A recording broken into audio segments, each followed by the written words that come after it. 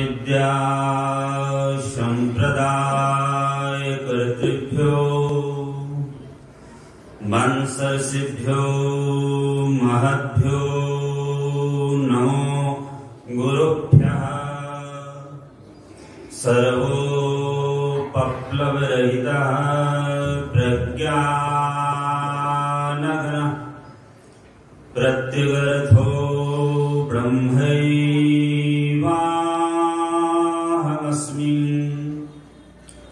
नारायणं नमस्कृत्य नरं चैव नरोत्तमं देवीं सरस्वतीं व्यासं ततो जयमुदीरये। विश्वं दर्पणदृश्यमाननगरी तुल्यं निजान्तर्गतम् पश्यन्नात्मनि मायामहि इवधूतं यथा निद्रया। यः साक्षात् कुरुते प्रबोध समये स्वात्मानमेवाद्वयम् तस्मै श्री गुरुमूर्तये नमः। श्री दक्षिणामूर्तये। गोविंद जय जय गोपाल जय जय गोविंद जय जय गोपाल जय जय राधा रमण हरि गोविंद जय जय श्री राधा रमण हरि गोविंद जय गोविंद जय जय गोपाल जय जय गोविंद जय जय गोपाल जय जय राधा रमण हरि गोविंद जय जय श्री राधा रमण हरि गोविंद जय गोविंद जय जय गोपाल जय जय गोविंद जय जय गोपाल जय जय राधा रमण हरि गोविंद जय जय श्री राधा रमण हरि गोविंद श्री राधा रमण हरि गोविंद जय जय राधा रमण हरि गोविंद जय जय श्री राधा रमण हरि गोविंद जय जय राधा रमण हरि गोविंद जय।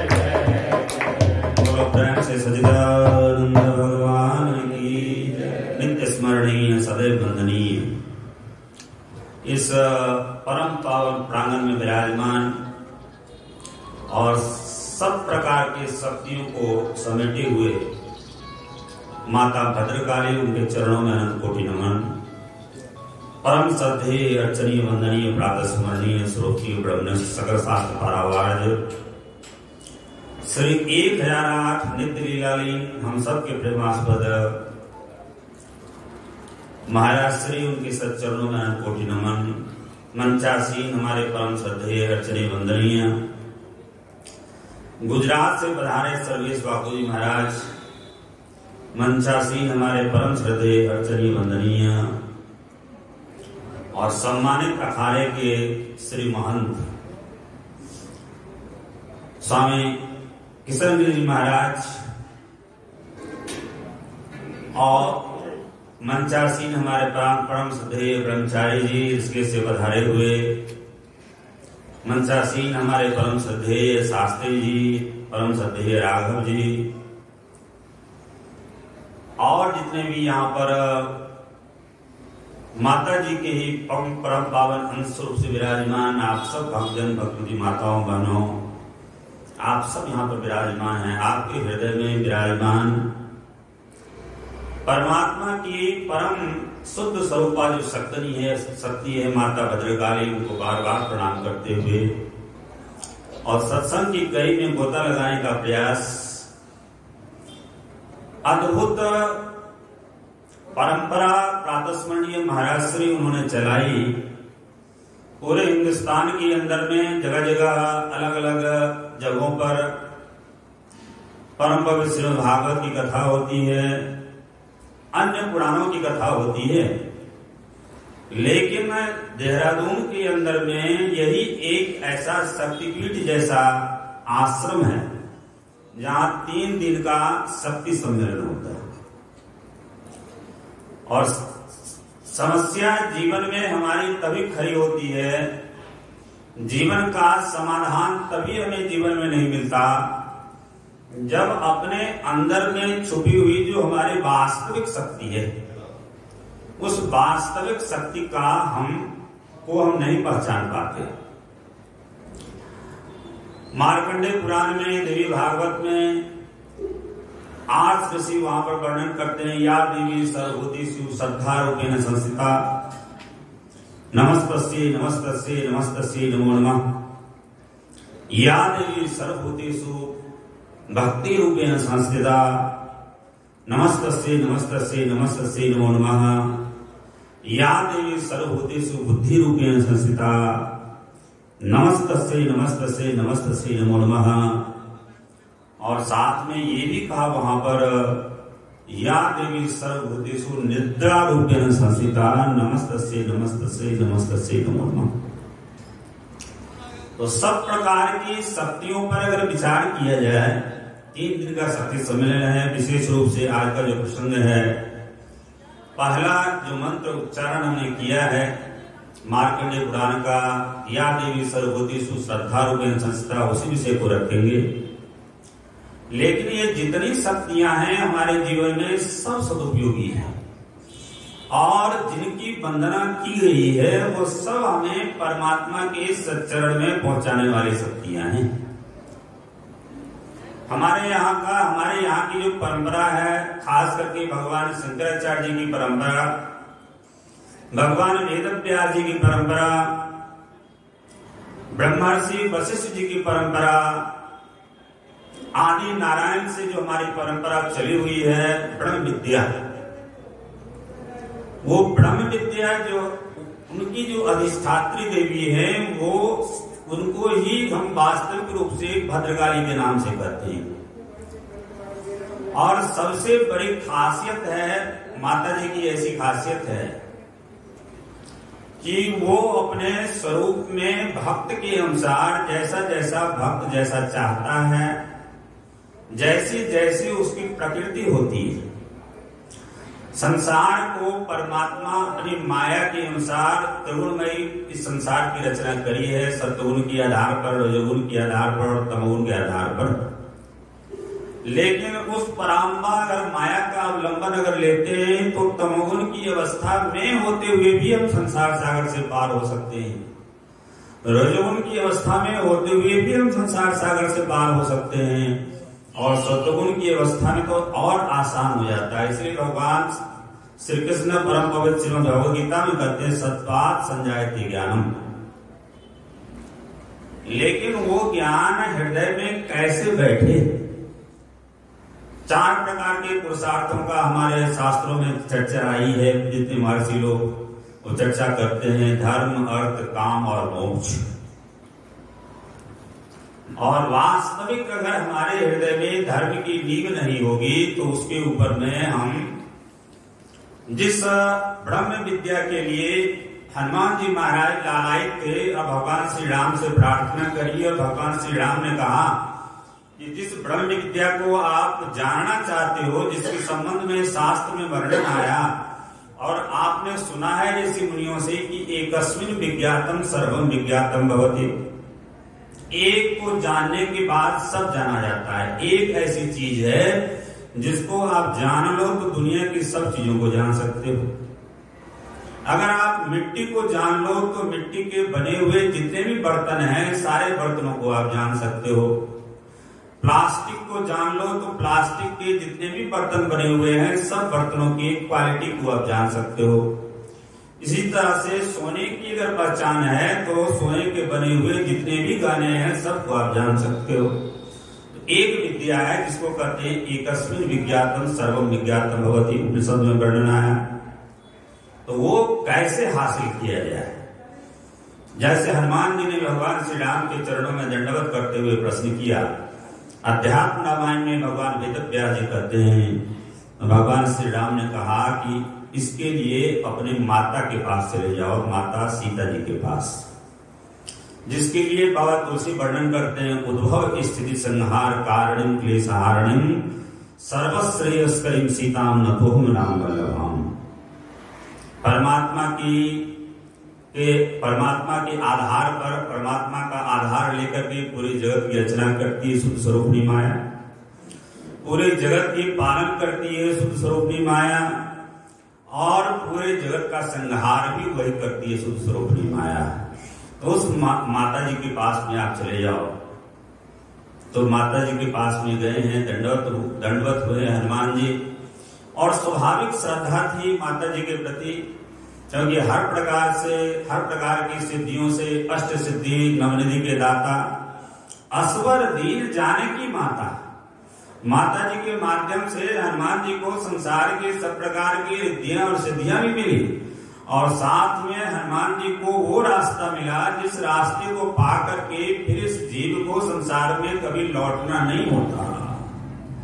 वास्तविक जो हमारा पुरुषार्थ है, परम पुरुषार्थ, जिसको कि हमारे महापुरुष कहते हैं मोक्ष, वो मोक्ष पा करके हम इस संसार में नहीं लौट सकते, लेकिन शक्ति के स्वरूप को पहचानना अत्यंत आवश्यक है। बाबा तुलसी कहते हैं शक्ति के स्वरूप का वर्णन करते हुए कि बस एक ही स्वरूप में बाबा भगवान श्री राम ने लक्ष्मण जी को समझाया बड़ा संक्षेप में, मैं और मोर दूर तुम आया, और जिन्हें बस इन जीव निकाया, एक दुष्ट अतिशय दुख रूपा, एक जो है अत्यंत दुख देने वाली है। हमारा अपना कर्म किया हुआ है ऐसे शक्ति माया की दुनिया के अंदर में, और उसको कर्म ऐसा है जो कर्म हमें किसी न किसी तरह से निचली योनियों को प्राप्त कराने वाला है, अधोगति को प्राप्त कराने वाला है, अनेक प्रकार के कष्टों को देने वाला है। तो हम उस कर्म से किसी भी प्रकार से उस कर्म के फल से बच नहीं सकते, हमें जीवन में उसको भोगना ही पड़ेगा। इसलिए हमारे महापुरुषों ने कहा अवश्य में भोक्तव्यम कृतम कर्म शुभाशुभम, कोई भी दुनिया में हो उसको शुभ और अशुभ कर्म जो है वो भोगना ही पड़ता है। और एक जो है तीनों गुणों के आधार पर पूरी सृष्टि की रचना करती है, पालन करती है और संहार करती है। अभी आप वही चीज आप देख लो कि हमारे शास्त्रों में 3 प्रकार की शक्तियां कही गई। एक शक्ति है महाकाली, एक शक्ति है महासरस्वती, और एक शक्ति है महालक्ष्मी। जो त्रिपुर सुंदरी का 3 स्वरूप शास्त्रों में वर्णन आया, ये 3 स्वरूप। लेकिन यही विग्रह जो आप मंदिर में लगा हुआ आप देख रहे हो, इस विग्रह को जब महाराज जी ने प्राण प्रतिष्ठा करी है, जैसा कि हमने इतिहास में पढ़ा हुआ है और जैसे भक्तों से हमने श्रवण किया, वो महाकाली जिसका आवाहन देवता इत्यादि दानवों को का वध करने के लिए, देवता इत्यादि जितने भी हैं या भगवान शंकर विशेष करके उस महाकाली का आवाहन करते हैं, और आवाहन करने के बाद सब प्रकार के दुष्ट प्रवृत्तियों को नाश करती है। यहाँ तक शास्त्र में कहा गया कि 64 योगिनियों के साथ में रक्त को पीती है, लेकिन वो महाकाली क्या बन जाती है? भद्रकाली स्वरूप में बन जाती है। हमारे महाराज जी कहते थे प्याज लहसुन अगर खाते हो तो तुम्हारी साधना किसी भी प्रकार से सफल नहीं होगी। और उसी स्वरूप में, भद्रकाली स्वरूप में, तो हनुमान जी महाराज प्रश्न करते हैं माता सीता से, तो माया का जो वास्तविक स्वरूप है, उस वास्तविक स्वरूप को अगर हृदय में बैठाया जाए, तो जिसके संबंध में हमारे परम श्रद्धेय बापू जी आपको बता रहे थे कि भगवान शंकराचार्य जी महाराज कहते हैं भक्ति की परिभाषा स्वस्वरूपे अनुसंधानम भक्ति में थे।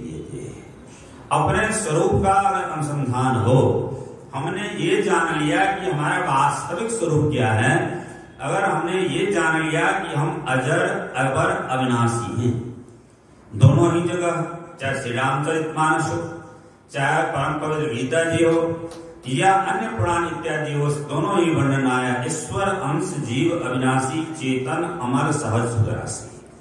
वो चेतन है, अमल है, जिसमें किसी प्रकार का मल नहीं है, सहज है, सुख की राशि है, आनंद की राशि है, वो हमारा वास्तविक स्वरूप है। लेकिन इसकी पहचान यही जो भवाटवी भरी हुई है, माया की भवाटवी, इस भवाटवी से उबरने के लिए जल भरे जी जैसी श्रद्धा हमारे हृदय में रखनी पड़ेगी। बड़े बड़े जितने भी ऋषि मुनि इत्यादि हैं, उन ऋषि मुनियों की तरह हमारे हृदय में उस श्रद्धा को जगानी पड़ेगी। और दो शक्तियों में हमें चुनाव करना पड़ेगा कि एक संसार की तरफ ले जाता है, एक परमात्मा की तरफ ले जाता है। जो संसार की तरफ जो शक्ति हमें ले जाती है, उस शक्ति का हमें त्याग करना पड़ेगा। और जो परमात्मा की तरफ शक्ति जो ले जाती है, उस शक्ति को हमें ग्रहण करना पड़ेगा शुद्ध स्वरूप में। और तब जा करके किसी भी प्रकार के किंतु और परंतु की जरूरत नहीं, निश्चित रूप से वो स्थिति हमारे जीवन में आएगी जिस स्थिति को पाने के बाद में कुछ पाना शेष जीवन में नहीं रहता, वो स्थिति हमारे जीवन में प्राप्त हो जाएगी। और माता सीता ने हनुमान जी से कहा कि जिज्ञासा लेकर के आप आए हो, एकस्मिन् विज्ञातम सर्वम विज्ञातम भवति, एक को जानने के बाद सब जाना जाता है। तो हनुमान जी ये बताओ कि रावण को किसने मारा? तो हनुमान जी महाराज ये कहते हैं, माता जी ये भी कोई पूछने वाली बात है? भगवान श्री राम ने रावण को मारा। और अकंपन इत्यादि को किसने मारा? तो ये भी पूछने की बात है। अकंपन इत्यादि का काम मैंने तमाम किया। और कुंभकर्ण को किसने मारा? तो उन्होंने कहा कि कुंभकर्ण को मारने वाले वे साक्षात भगवान श्री राम। मेघनाथ को तो लक्ष्मण जी महाराज। तो जो जगत जननी माया है वो कहती है ये जितनी चीजें आप यहाँ पर बता रहे हो मेरे सामने में हनुमान जी, ये सारी चीजें झूठी हैं। संसार की दृष्टि को लेकर के, अविद्या की दृष्टि को लेकर के अगर आप देखोगे तो ये सब चीजें दिखाई देगी दुनिया में। लेकिन अगर आत्मिक दृष्टि से, तात्विक दृष्टि से, परमात्मा की दृष्टि से अगर देखोगे तो माता सीता ने कहा, रामो न गच्छति न तिष्ठति न सोचति न आकांक्षति त्यजति नो करोचित किंचित आनंद मूर्ति अचला सनातनम। वहां कहती है, अध्यात्म रामायण के अंदर में भगवान वेद व्यास जी वर्णन करते हैं कि जो अचल है, जो चल नहीं सकता, वो कैसे रावण को मार सकता? जो अचल है, जो चल नहीं सकता, वो कुंभकर्ण को कैसे मार सकता है? जो अचल है, जो चल नहीं सकता, अकंपन इत्यादि को कैसे मार सकता है? तो माता सीता कहती है, सबको मारने वाली मैं हूं, चाहे वो महाकाली स्वरूप धारण करना पड़े। हमारी साधना के अनुसार अगर हमें लक्ष्मी चाहिए तो हमारे जीवन में सब प्रकार से अगर उस माता लक्ष्मी के प्रति श्रद्धा है तो वो माता लक्ष्मी को मनानी पड़ेगी। तो वो निश्चित रूप से हमारी सहायता करेंगी, अर्थ के रूप में, धर्म के रूप में। और हमारे जीवन में अगर विशेष प्रकार से किसी प्रकार की कोई कामना है, योग वशिष्ठ जी महाराज कहते हैं ठीक है कि एकस्मिन् विज्ञातम सर्वम विज्ञातम भवति, लेकिन एक चीज ध्यान रखना है कि हम सीधे आप चाहोगे कि छलांग लगा करके मैं छत के ऊपर में चढ़ जाऊं, वो किसी प्रकार से संभव नहीं। हृदय में कामना है तो कामना की भी पूर्ति कर लो, अर्थ चाहिए अर्थ की भी पूर्ति कर लो, धर्म का संग्रह करना है तो धर्म का संग्रह भी कर लो। लेकिन परम श्रद्धा हमें उसमें रखनी है कि हमें परमात्मा का सच्चरण माता जी के माध्यम से भी जीवन में प्राप्त करना है, तभी जी करके तभी हमारा सत्कल्याण होगा। यही सब पुष्पांजलि प्रातस्मरणीय महाराज श्री जो यहाँ पर नित्य लीला लीन है उनके सच्चरणों में समर्पित। आप सबके लिए इस पावन शक्ति सम्मेलन में मंगल कामना। सर्वे भवन्तु सुखिनः, सर्वे सन्तु निरामयाः, सर्वे भद्राणि पश्यन्तु मा कश्चित् दुःखभाग् भवेत्। ओम शांति शांति शांति।